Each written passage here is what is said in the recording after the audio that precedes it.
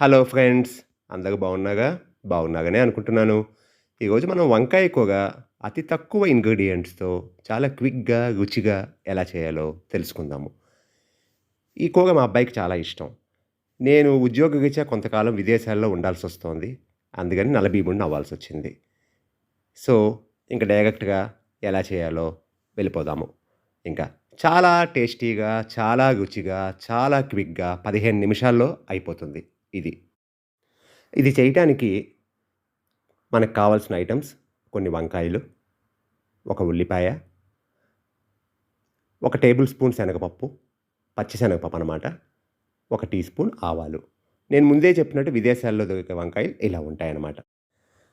ముందు వంకాయలు బాగా కడుక్కొని, వంకాయలు, ఉల్లిపాయ ఎంత చిన్న ముక్కలు వీలైతే అంత చిన్నగా కట్ చేసుకోండి. అంటే ఎంత చిన్నగా కట్ చేసుకుంటే అంత టేస్ట్ బావుంటుందన్నమాట. ఉల్లిపాయ క్వాంటిటీ మీ టేస్ట్‌కి తగ్గట్టు వేసుకోవచ్చు. ఎందుకంటే కొంతమంది ఎక్కువ ఇష్టపడతారు. కొంతమంది తక్కువ ఇష్టపడతారు.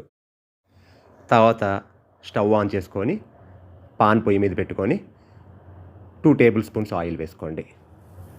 నాన్ స్టిక్ ఉన్నవాళ్ళు నాన్ స్టిక్ కూడా వాడుకోవచ్చు. నూనె కొంచెం వేడెక్కాక నూనెలోకి శనగపప్పు, ఆవాలు వేసేసి శనగపప్పు కొంచెం వేగేదాకా అంటే లైట్‌గా కలగమాగుతుంది. కలగమాగేదాకా ఉంచండి. శనగపప్పు వేగాక అందులోకి ముందుగా కట్ చేసి పెట్టుకున్న ఉల్లిపాయలు వేసేసేయండి. గరిటెతో బాగా కలపండి. ఉల్లిపాయలన్నిటికీ నూనె పట్టాలి. ఉల్లిపాయలు కొంచెం గోల్డెన్ బ్రౌన్ కలర్‌లోకి రాంగానే ముందుగా కట్ చేసి పెట్టుకున్న వంకాయ ముక్కలు అందులో వేసేసేయండి. వంకాయ ముక్కలు వేశాక గరిటెతో బాగా కలపండి. మొత్తం అన్నిటికీ నూనె పట్టాలి. పట్టేటట్టుగా బాగా కలపండి. తర్వాత వంకాయలు మెత్తగా మగ్గటం కోసం ఒక నీళ్ళ మూత పెట్టండి. నీళ్ళ మూత పెట్టి మధ్య మధ్యలో మూత తీసి కలుపుతూ ఉండండి. నీళ్ళ మూత కాకుండా మామూలు మూత కూడా పెట్టి వంకాయల్ని క్లోజ్ చేసేసేయచ్చు. ఏది వీలైతే అది మనం చేసుకోవచ్చు. ఒక 10 నిమిషాల తర్వాత వంకాయలు మెత్తగా మగ్గి ఇంకా మన కూర రెడీ అయిపోతుందన్నమాట. సుమారుగా 10 నిమిషాల తర్వాత మూత తీసేసేయండి. ఇంకా తీసేసి ఒకసారి బాగా కలిపి కొన్ని ముక్కలు గరిటెతో ప్రెస్ చేసి చూడండి. గరిటె స్మూత్‌గా దిగుతుంది ముక్కలోకి.